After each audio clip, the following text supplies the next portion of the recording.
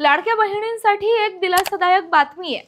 लाडकी बहीण योजनेच्या ई-केवायसीची डेडलाईन वाढवण्याबाबत सरकार विचार करत आहे, असं महिला व बालविकास मंत्री अदिती तटकरे यांनी सांगितलंय।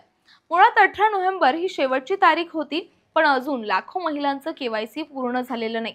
रोज सुमारे 5 लाख महिलांचं केवायसी होतंय आणि आतापर्यंत जवळपास 1 कोटी बहिणींची प्रक्रिया पूर्ण झाली आहे। तर बऱ्याच महिलांना अडचणी येत आहेत। तसंच काही भागात मराठवाडा, सोलापूर, धाराशिव इथं पूरस्थितीमुळे महिलांची कागदपत्र हरवली आहेत। म्हणून सरकार आता त्यांना आणखी थोडा वेळ द्यायचा विचार करत आहे। त्याचबरोबर लाडकी बहीण योजनेच्या वेबसाईटमध्येही एक महत्त्वाचा बदल होणार आहे। ज्या महिलांचे पती किंवा वडील हयात नाहीत त्यांच्यासाठी डेथ सर्टिफिकेट किंवा घटस्फोटाचे कागदपत्र अपलोड करण्यासाठी नवा ऑप्शन जोडला जाणार आहे।